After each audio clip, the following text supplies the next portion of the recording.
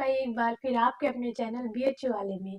तो आज हम बात करेंगे आधुनिक भारत के एक महत्वपूर्ण टॉपिक जिससे बहुत क्वेश्चन बनते हैं और ये आपका काफी महत्वपूर्ण है। इसमें इसे कुछ महत्वपूर्ण शासकों को देखेंगे जिसका संबंध हम लोग देखेंगे ब्रिटिशों और जिससे हम क्वेश्चन देखेंगे कि एग्जाम में काफी ज्यादा पूछे हैं। ये आपका टॉपिक आधुनिक भारत से है। आधुनिक भारत, तो इसी के बारे में आज हम लोग ये और इनका टाइम पीरियड हम लोग देखेंगे लगभग 1750। ये जो हमारा टाइम पीरियड लगभग 1750 और उसके पहले थोड़ा सा कह ले हैदराबाद की बात तो हम लोग स्वतंत्रता के बाद तक बात की बात। तो लेकिन जो मेन चीजें हैं जो ब्रिटिश पीरियड में होंगी इनके साथ इनसे रिलेटेड जो क्वेश्चन बनते हैं उसके बारे में। तो आज हम लोग इसी टॉपिक पे इस जो टाइम पीरियड है इसमें भी कुछ क्वेश्चन बनेंगे और इसके बाद के भी पीरियड में कुछ कुछ क्वेश्चन अवध और इसे हम लोग देखेंगे। ठीक है, हुए हैं वो इस टाइम पीरियड में हुए हैं। बाकी या फिर 1948 में 47 में भी जो मेन अवध और हैदराबाद हुए उसे भी हम लोग देखते हैं लेक्चर की तरफ। तो आज हम इसी दो रियासत का अवध रियासत है जिसको आप देख सकते हैं, ये ग्रीन से है पूरा, और दूसरा हैदराबाद। ठीक है, ये हैदराबाद जो कि आपका साउथ में है और एक हम लोग देखेंगे आपका जो है कि आपका ईस्ट में है। ठीक है, दूसरा हम लोग देखेंगे, आप यहाँ पे कुछ कुछ चीजों को देख लीजिए। इधर जो ये एरिया है यहाँ पे मुगल शासन करते थे।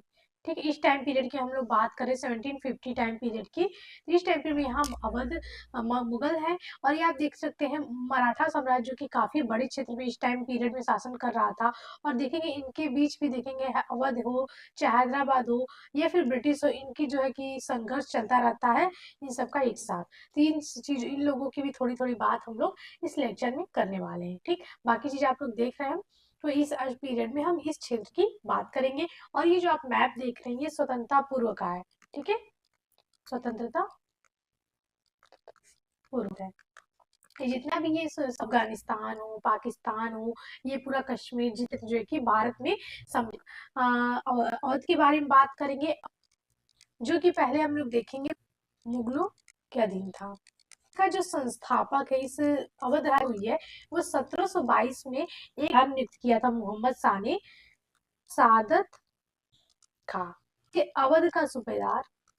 अवध का सूबेदार जिसे मोहम्मद शाह रंगीला भी कहा जाता है, जिसका आप देखेंगे तो आपको लेटर मुगल इसे अवध का सूबेदार कौन नियुक्त करता है ये भी क्वेश्चन। मोहम्मद शाह ने इसे अवधी इंसान ने यानी कि इसी व्यक्ति ने अवध के सूबेदार नहीं मोहम्मद शाह के टाइम क्या करता है राजवंश एक नए राज्य की स्थापना करता है अवध। ठीक है, और वहां पे कर लेता है इसका संस्थापक कहा जाए तो ये शहादत खां है। इसका एक और नाम है बुरहान। ठीक है, इसका मूल नाम देखें तो इसका जो मूल नाम है मोहम्मद आमीन, मीर मोहम्मद वेट, मीर मोहम्मद इसका था। बाद में ये सादत खां बुरहानुल मुल्क की उपाधि धारण करता है। तो कुछ अवध के बारे में आगे बात करें तो अवध जो है वो अंग्रेजों और मराठों के मध्य एक बफर स्टेट। ठीक है, बफर यानी बीच का क्षेत्र जो कि अवध को अंग्रेजों ने। ठीक, तो यहाँ पे हम लोग देखेंगे जो अंग्रेजों और मराठों के बीच में जो जो अवध के विलय के बाद भी बहुत टाइम तक इसका यूज किया गया। जब तक मराठों पे काफी अंग्रेजों के लिए कौन काम कर रहा था तो वो अवध ही था। दूसरा देखेंगे ये कर्मनाशा नदी। ठीक है, इसका जो क्षेत्र विस्तार है वो यहाँ तक फैला हुआ। कभी कभी आपको आ जाएगा कितने क्षेत्र तक था तो ये इतने क्षेत्र तक इसका साम्राज्य था। ठीक, और अवध का अंतिम नवाब वाजिद अली शाह था। ठीक है, और पेंशन देकर इसे कलकत्ता भेज देते हैं। और इस तरह से देखेंगे अवध का में सहायक संधि के द्वारा। ठीक है, और इसका जो इसके बारे में हम लोग डिटेल से समय एक जो ये आउटरम रिपोर्ट आती है आउटरम का आरोप लगता है। ठीक है, इसी आउटम रिपोर्ट के द्वारा अवध पे कुशासन का आरोप लगता है कि ये जो है कि सही तरीके से शासन नहीं करा वाजिद अली सर पे। और इसी के द्वारा देखेंगे 1800 ये जो रिपोर्ट आती है 1854 में आती है और 1856 में इसका जो है कि विलय कर दिया जाता है। ठीक है, और ये जो आउटरम होता है बाद में देखेंगे जब रहता है कि लखनऊ का रेजिडेंट होता है जब ये रिपोर्ट देता है लखनऊ या फिर अवध का ले उसका रेजिडेंट होता है उसी टाइम ये रिपोर्ट देता है। उसके बाद देखेंगे 1856 में अवध का रेजिडेंट बन जाता है, लखनऊ के साथ अवध अवध का बन जाता है।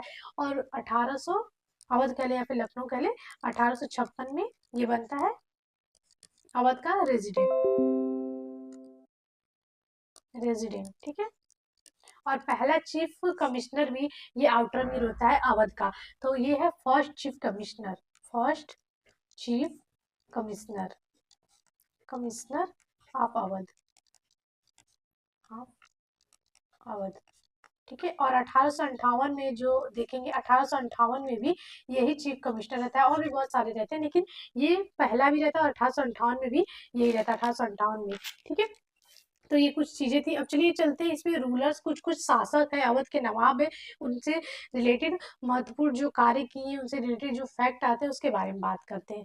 ठीक, तो आपको हमने 1522 में किसने किया था, तो सादत खान ने किया था। इसका एक और नाम क्या था, बुरहानुल मुल्क। इसका इसका आपको हमने बताया मूल नाम क्या था, तो इसका जो है कि मूल नाम, ये बार फिर से आपको बता देती हूँ, मूल नाम इसका था मीर मोहम्मद आमीन, मीर मोहम्मद आमीन।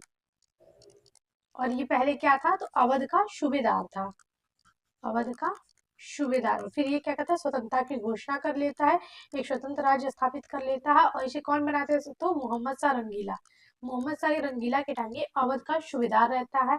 और इसके टाइम में राजधानी हम लोग देखिए तो वो फैजाबाद थी, राजधानी क्या थी, फैजाबाद थी अवध की, फैजाबाद। ठीक है, इसके बाद हम लोग देखें तो एक अन्य नाम क्या है, बुरहानुल मुल्क। ये भी अभी कभी कभी आता है कि बुरहानुल मुल्क के नाम से किसे जाना जाता है, तो ये शहादत खाई है। इसका टाइम पीरियड आपको क्या है, 22 से 39, 1722 से 39, 39 टाइम पीरियड आपको याद होगा किसका है, तो नादिर शाह इस पे आक्रमण किया था 1739 में। ये मुगल दरबार में जो षड्यंत्र चल रहा था, सैयद बंधु, आपको लेटर मुगल पीरियड में बताया, इन्हें क्या कहा जाता है, किंग मेकर बनाने वाले। किसे किसे बनाया है ये लोग, फरुखशियर, रफीउद्दर्जात, रफीउद्दौला, और उसके बाद कौन है, मोहम्मद सारंगीला, मोहम्मद सबकी हत्या करा देता है। तो इनके जो षड्यंत्र चला था तो उसके उन्होंने बादशाहों का साथ दिया था इसके खिलाफ। इसके देख में फिर 5,000 और 5,000 ही करिए, 5,000 7,000 का मनसब भी मिला था, इसने जो हेल्प 1,000 का मनसब दिया गया था। इसी के टाइम पीरियड में कहा जाता है कि जब इसके टाइम पीरियड, जब मोहम्मद शाह रंगीला के टाइम में नादिर शाह आक्रमण करता है, और शहादत खां से कहा जाता है कि सादत खां से नादिर शाह, नादिर शाह 20 करोड़ रुपए की मांग करता है। जब ये आक्रमण 20 करोड़ रुपए की, और ये देने में असमर्थ होता है, और तब ये क्या करता है कि ये आत्महत्या कर लेता है। कई कई आपके नवाब ने आत्महत्या की थी, तो 1739 में नादिर शाह के 20 करोड़ रुपए मांगने पे ये जो है कि आत्महत्या कर लेता है और अपनी जीव कर देता है। तो ये कुछ चीजें थी जो सादत खां से है, और यही है इसकी जो मेन मेन चीजें थी वो आपको हमने बता दिया। चलिए चलते हैं नेक्स्ट रूरल के बारे में, जिसने इसकी स्थापना की थी 1722 से, यहाँ पे 1939 में, ये अब 1739 है, ठीक है, ये गलत लिखा हुआ है, 1740 है। अवध का संस्थापक है, इसकी उपाधि बुरहानुल मुल्क है, और राजधानी फैजाबाद है। इसके बाद आपके शासक बनते हैं सफदरजंग, ठीक है, इनके बारे में बात करेंगे। अब ये ट्री देख लीजिए, 1739 से 84 है, ठीक है। इसके बाद बनेंगे 1739 से 84, इसके बाद आपके बनेंगे 54 है यहाँ पे, ठीक है, गलत लिखा हुआ है, 84 नहीं 54 है, ठीक है।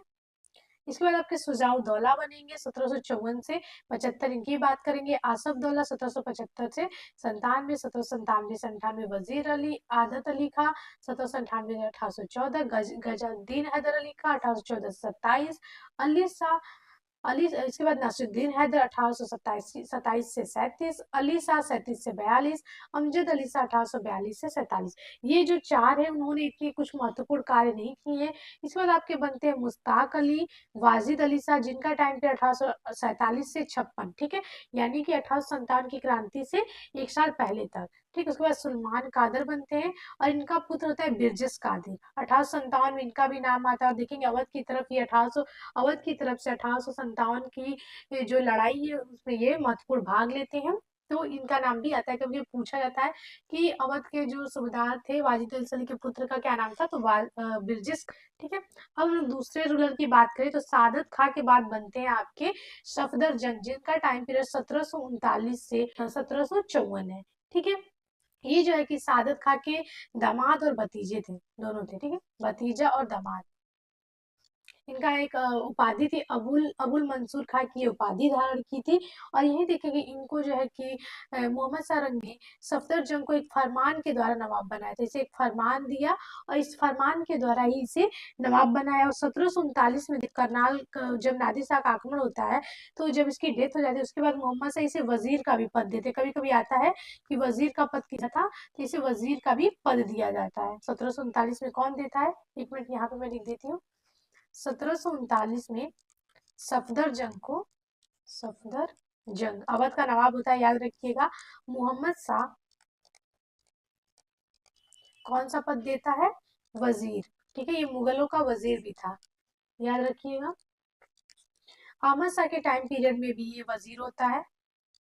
अहमद शाह जो कि मुगल पीरियड का शासक है, मुगल है ये, ठीक है। इसके टाइम पीरियड में ये क्या होता है, वजीर होता है। और इसको ये वजीर का पद क्यों दिया जाता है, तो ये देखेंगे जो वजीर के पद पे रहता है, यहाँ पे मुगल है, ठीक है। तो ये वजीर के पद में 1753 तक रहता है, ठीक है। 1739 से 1753, यानी कि मोहम्मद शाह से लेके अहमद शाह तक के टाइम पीरियड तक ये वजीर के पद पे रहता है। तो देखेंगे कि जब 1748 में मणिपुर का युद्ध होता है। मणिपुर का युद्ध किसके किसके बीच में होता है, ये भी कभी कभी आपको आ जाता है। तो ये युद्ध होता है अब्दाली अहमद शाह अब्दाली और मुगल अहमद शाह, ठीक है।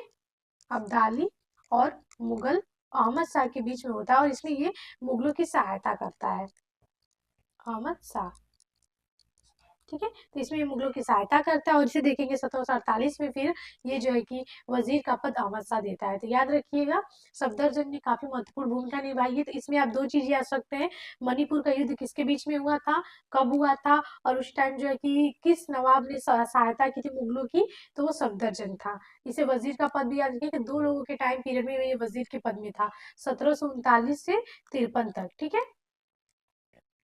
1739 से 53, ठीक है।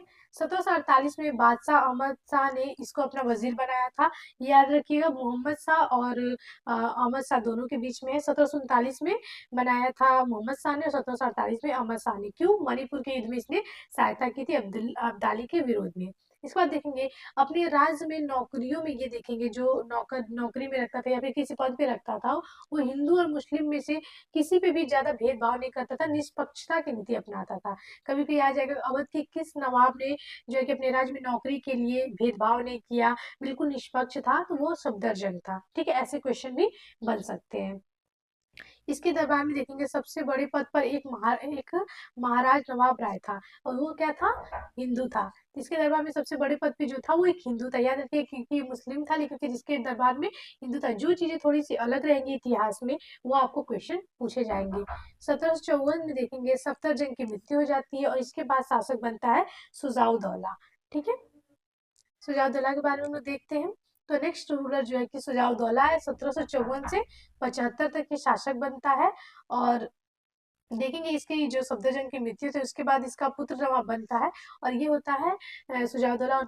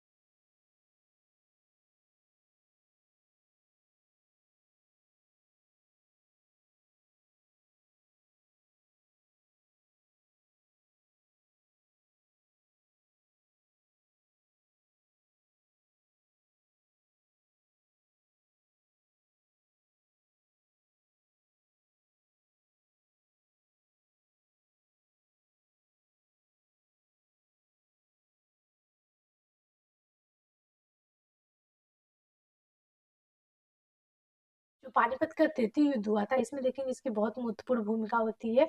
और इसमें इसने देखेंगे जो अहमद शाह अब्दाली का साथ दिया था, इसने मराठों का साथ ना देकर हमारा अहमद शाह अब्दाली का साथ दिया था। क्यों दिया था? इसने अपने साम्राज्य की सुरक्षा करने के लिए, कि इसके साम्राज्य पे जो है कि अवध पे पानीपत अब्दाली का आक्रमण ना हो जाए, इसलिए इसने अहमद शाह अब्दाली का साथ दिया था।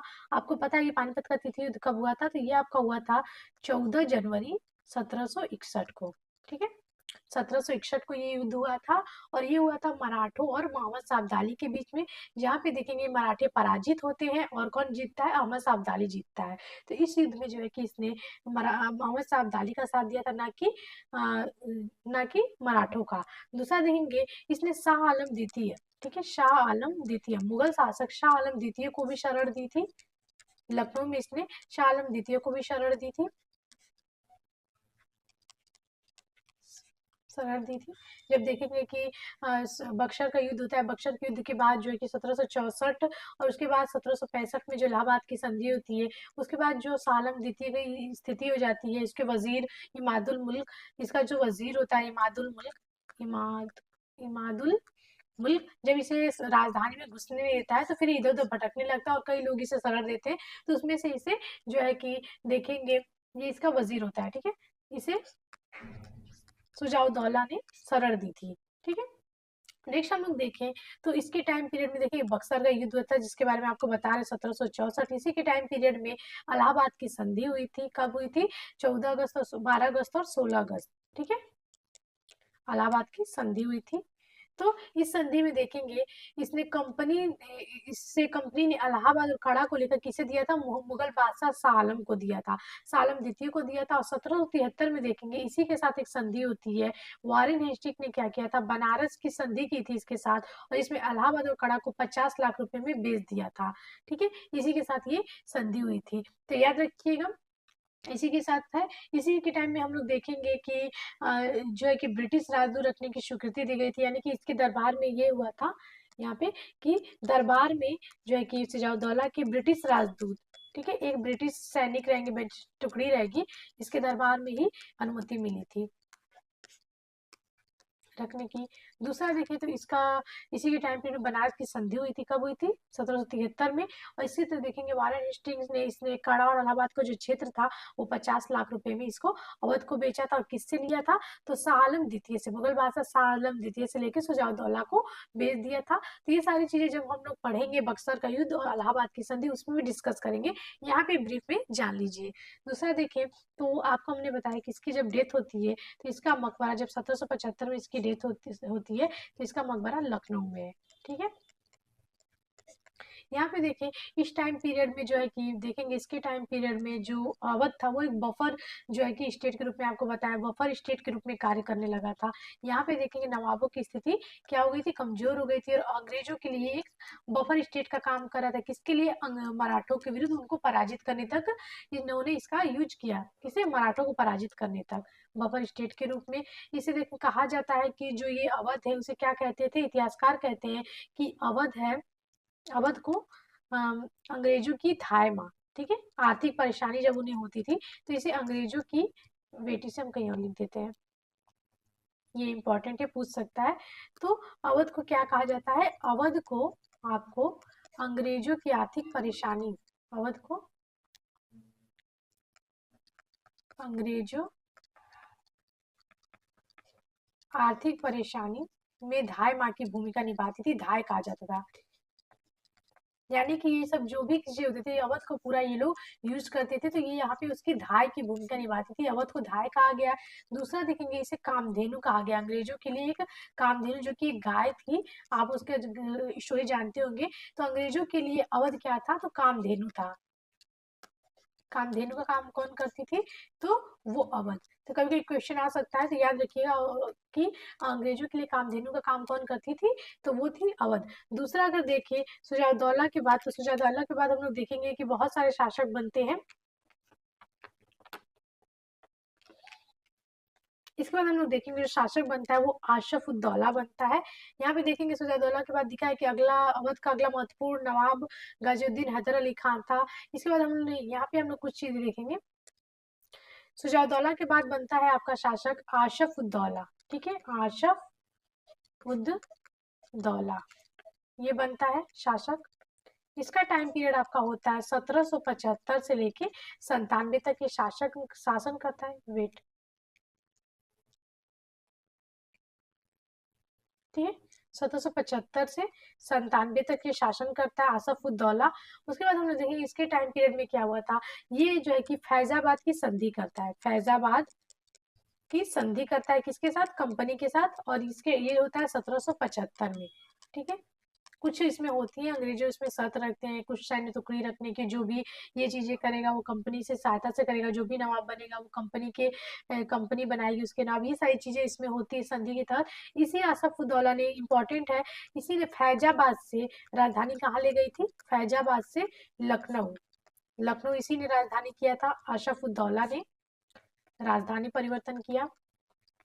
दूसरा चीज अगर देखें तो इसी के टाइम पीरियड में हम लोग देखेंगे इमामबाड़ा। इमामबाड़ा किसने बनवाया है, इमामबाड़ा का निर्माण इसी आशफ उद्दौला ने लखनऊ में कराया था, लखनऊ में कराया था। इसका जो वास्तुकार है, वास्तुकार वो किफायत उल्ला है, किफायत उल्ला, उल्ला, ठीक है।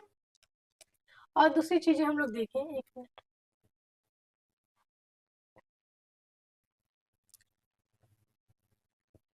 और दूसरी चीज आशफ उद्दौला के बारे में बात करें तो इसी के टाइम पीरियड में देखेंगे कि जो वारेन हेस्टिंग पे आरोप लगता है, जो महाभियोग लगता है, उसमें ये भी चीज था कि उसने बेगमों के साथ जबरन किया था, उसका धन छीना था। तो जब वारेन हेस्टिंग्स ने अवध के बेगम से, ठीक है, अवध के बेगमों से जबरन धन छीना था, तो उसमें ये भी सम्मिलित था, बेगम से धन छीना, तो उसमें कौन सम्मिलित था, आसफ उद्दौला,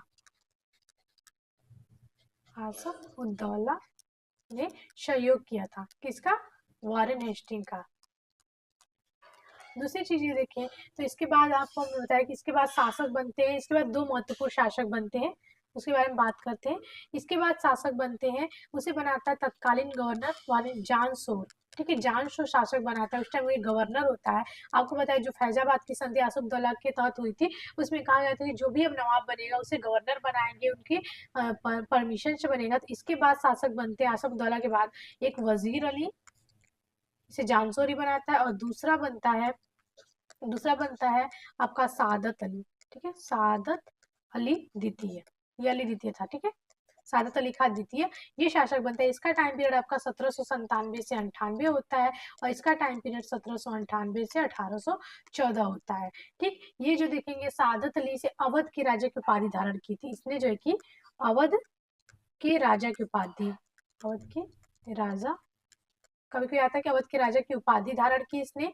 दूसरा देखेंगे कि 1798 में ये देखेंगे अंग्रेजों को 76 लाख रुपए देता है ये, ठीक है, 1798 में अंग्रेजों को 76 लाख रुपए देता है, 76 लाख रुपए। और क्या देता है, इलाहाबाद का किला, इलाहाबाद का किला किसे देता है, अंग्रेजों को, अंग्रेजों को। दूसरी चीजें देखें तो इसी के टाइम पीरियड में, इसी के टाइम पीरियड में हम लोग देखेंगे तो 1801 में, 1801 में देखेंगे इसी के टाइम पीरियड में सहायक संधि स्वीकार की थी, सहायक संधि स्वीकार की इसने, सहायक संधि यानी कि जो भी चीजें करेगा आप, ये पूरे ब्रिटिश के कंट्रोल में हो गया था। 1801 में इसने विलेंजली के साथ सहायक संधि स्वीकार कर ली थी, ठीक है, स्वीकार की किसने, सादत अली द्वितीय ने, सादत अली द्वितीय, अली द्वितीय। इसके बाद हमने देखा, इसके बाद शासक बनते हैं, देखेंगे सुजाउद्दौला के बाद आसफउद्दौला, उसके बाद बनता है गाजीउद्दीन हैदर अली खां, ठीक है, गाजीउद्दीन हैदर अली खां बनता है, जिसे लॉर्ड हेस्टिंग, जिसका देखेंगे 13 से 23 कार्यकाल है, इसे 1815 में बादशाह की उपाधि धारण करता है। ये आपका जो रूलर बनता है वो 1814 से 27 इसका टाइम पीरियड है। और देखेंगे हैदर अली के बाद कौन शासक बनता है, तो हैदर अली के बाद हम लोग देखेंगे इसी हैदर अली की एक और चीज आपको बता दी, ये हैदर अली, इसने एक पुस्तक लिखी है आपकी, गाजुद्दीन हैदर अली, वो पुस्तक है आपकी होप्त कलजूम, होप्त कुलजूम, होप्त कुलजूम, ये पुस्तक है, और ये पुस्तक किसी ने लिखी है, पुस्तक है ये, ठीक है। और ये किससे रिलेटेड है, तो प्रशासनिक सुधार से, ये पुस्तक प्रशासनिक सुधार से संबंधित है। तो ये क्वेश्चन आ जाते हैं, तो आप ध्यान रखिएगा। दूसरा देखिए, इसके बाद जो शासक बनता है वो बनता है नासिरुद्दीन अली। ठीक है, नासिरुद्दीन अली शाह बैठता है, और इसका टाइम पीरियड आप देखेंगे 1827 से 37 होता है। इसके बाद शासक देखेंगे कौन बनेगा, तो इसके बाद नासिरुद्दीन अली के बाद बनेगा आपका मोहम्मद अली। मोहम्मद अली मोहम्मद अली, जिसका टाइम पीरियड हम देखेंगे 37 से 42 होता है। मोहम्मद अली के बाद हम लोग देखेंगे अमजद अली, आपको ट्री में हमने दिखाया अमजद अली, जिसका टाइम पीरियड हम लोग देखेंगे 42 से 47 होता है, 1842 से 47। और इसके बाद बनता है 1842 से 47 है यहाँ पे। और देखेंगे लास्ट जो अंतिम अवध का नवाब होता है वो 47 से 56, वाजिद अली शाह, ये है अवध का अंतिम नवाब है। वेट, इसी पे कुशासन का आरोप लगा के अवध का विलय कर लिया जाता है 1856 में। तो ये वाजिद अली शाह जो कि अवध का अंतिम नवाब होता है, और इसके शासनकाल में देखेंगे लॉर्ड डलहौजी ने आउटरम रिपोर्ट के आधार पर अवध का विलय किया और ब्रिटिश इंडिया में इसे मिला लिया था। और यहाँ पे देखेंगे अवध के विलय का जो कारण था वो क्या था, कुशासन का आरोप लगाया गया था आउटरम रिपोर्ट के आधार पर। ये जो आउटरम रिपोर्ट है वो कब आई थी, 1854 में। ठीक है, ये वाजिद अली शाह का पुत्र का क्या नाम था, ब्रिजेश कादिर। इसके बारे में कुछ बातें करते हैं, ये बेट।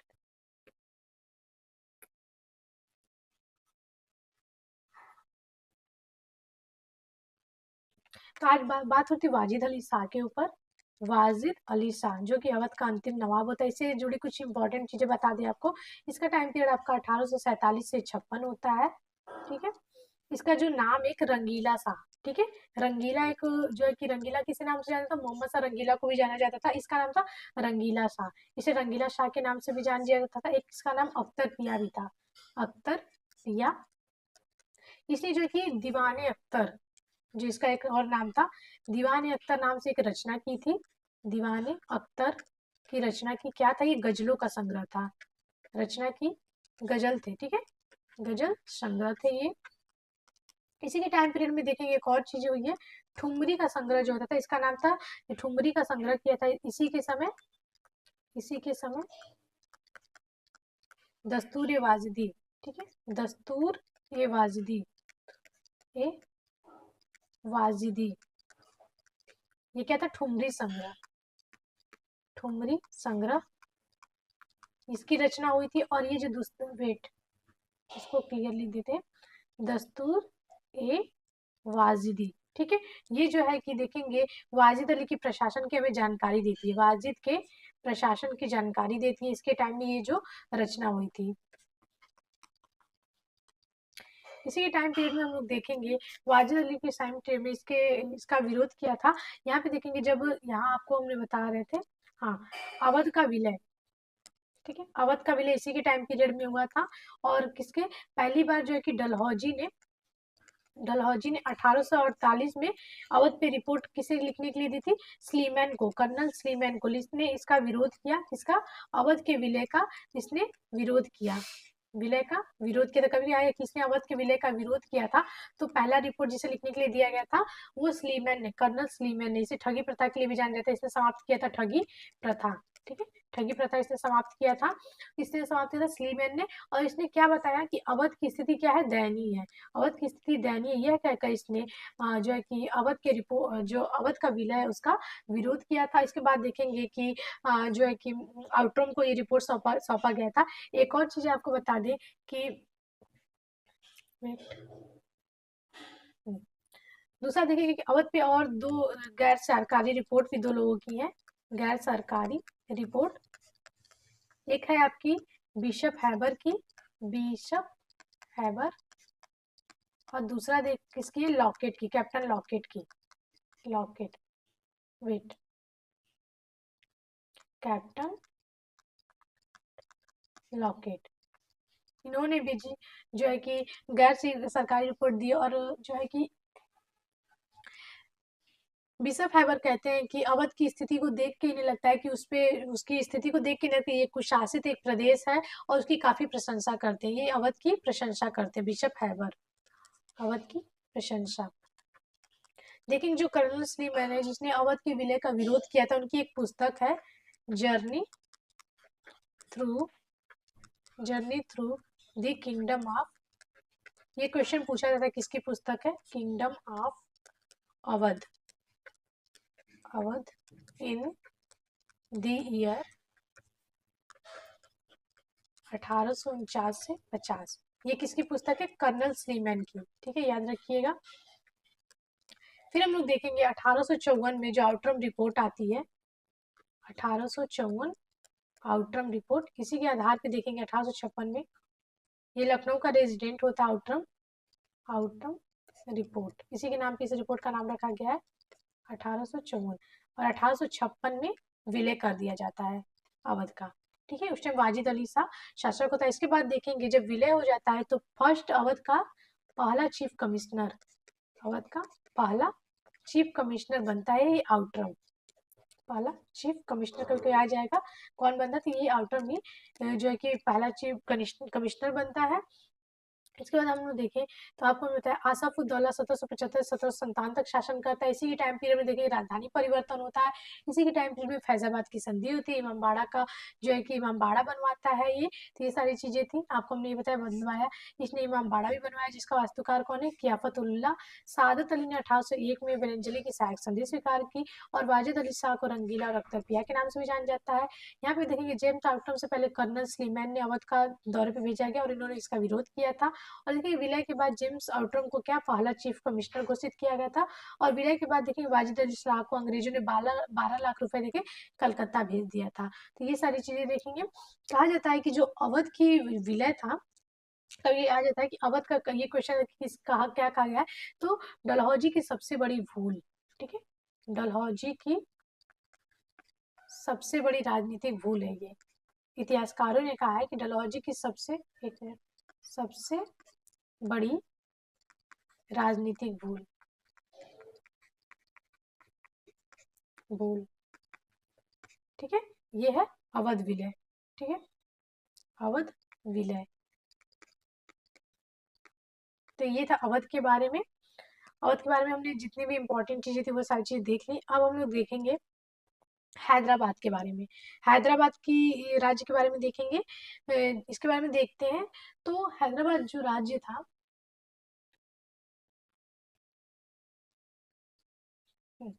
हैदराबाद, इसकी स्थापना देखेंगे चिंकलिज खान ने। ठीक है, चिंकलिज खान ने की थी। कब की थी? 1724 ईस्वी में की थी इसकी स्थापना, जो कि एक मुगल ये भी क्या था? मुगल सूबेदार था चिंकलिज खान। वेट, मुगल सूबेदार था। इसका नाम कई सारा बताते हैं, चिंकलिज खान, दक्कन का मुगल सूबेदार था चिंकलिज खान। इसका और भी बहुत सारे नाम मिलते हैं, इसे बहुत सारे नाम से जाना जाता है चिंकलिज खान। ठीक है, इसका एक नाम है निजामुल मुल्क, निजाम उल मुल्क। ठीक है, ये निजामुल मुल्क किसे कौन कहा था? ये उपाधि दिया था फर्रुख शेर ने, मुगल शासक फर्रुख शेर ने इसे निजामुल मुल्क की उपाधि दिया था, फर्रुख शेर ने। और दूसरा आसफ जा की, इसका एक और नाम क्या है? आसफ जा। और इसी ने जो हैदराबाद राज्य की स्थापना की थी उसे आसफ जाही वंश भी कहते हैं। आसफ जा की उपाधि से कौन दिया था? मोहम्मद शाह ने, मोहम्मद शाह रंगीला, रंगीला ने इसे उपाधि दी थी, मोहम्मद। ठीक है, इसने आसफ जा की उपाधि दी थी। देखेंगे कि जब ये 1764 में 1724 में 1724 में सकूर खेड़ा, ये बहुत बार यूजीसी नेट में पूछा गया कि सकूर खेड़ा का युद्ध कब हुआ था और किसके बीच में हुआ था। तो सकूर खेड़ा का युद्ध 1724 में आपका हुआ था 11 अक्टूबर, ये डेट के साथ पूछता है। ठीक है, 11 अक्टूबर 1724 को ये हुआ था। निजामुल मुल्क, यहाँ पे निजाम मैंने लिखा है, और इसका साथ दिया था बाजीराव प्रथम ने। ठीक है, पेशवा बाजीराव प्रथम ने। इन दोनों ने जो है कि किसे पराजित किया था? तो इसने मुबारिज खां, मुगल सूबेदार था। ठीक है, मुबारिज खां क्या था? मुगल सूबेदार, यानी कि मुगलों के बीच में हुआ था, मुगल सूबेदार। इसे पराजित किया, इसे पराजित किया था, ये विजयी होते हैं। और इसी के बाद देखेंगे 1724 में जो है कि निजामुल मुल्क हैदराबाद की स्थापना करता है। ठीक है, इसी के बाद यहाँ पे देखेंगे मोहम्मद शाह जो है कि इसको स्वीकार भी करता है, फिर उसे आसफ जाह की उपाधि धारक देता है और इस तरह से आसफ जाही वंश की वो स्थापना करता है। इसका एक और नाम है कमरुद्दीन खां। ठीक है, मीर कमरुद्दीन, मीर कमरुद्दीन, कहीं ये भी आ सकता है। तो इसका ये भी नाम था मीर कमरुद्दीन खां, याद रखिएगा। ये था इसके बारे में। दूसरा अगर देखिए तो ये जो निजामुल मुल्क का दीवान था, ये क्वेश्चन आ सकता है। यहाँ पे देखेंगे जो आशफ, ये मोहम्मद से इसे वजीर का पद भी देता है, ये क्या था? वजीर, वजीर भी था। ठीक है, मोहम्मद शाह के समय, मोहम्मद शाह के समय, ठीक है, वजीर भी था। यहाँ पे देखिए, इसका एक अन्य नाम निजामुल मुल्क और आसफ जाह था। ठीक है, इसको पता है ना, आसफ जाह मोहम्मद शाह दिया था। इसने हैदराबाद में आसफ जाही वंश की नींव डाली। मोहम्मद शाह ने इसको आसफ जाह की उपाधि दी थी।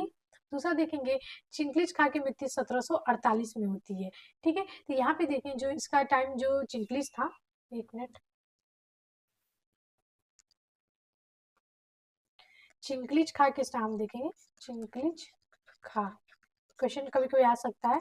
इसके साथ जो दीवान था, दीवान कह ले, वजीर कह ले, इस टाइम दीवान पद महत्वपूर्ण होता, एक हिंदू था।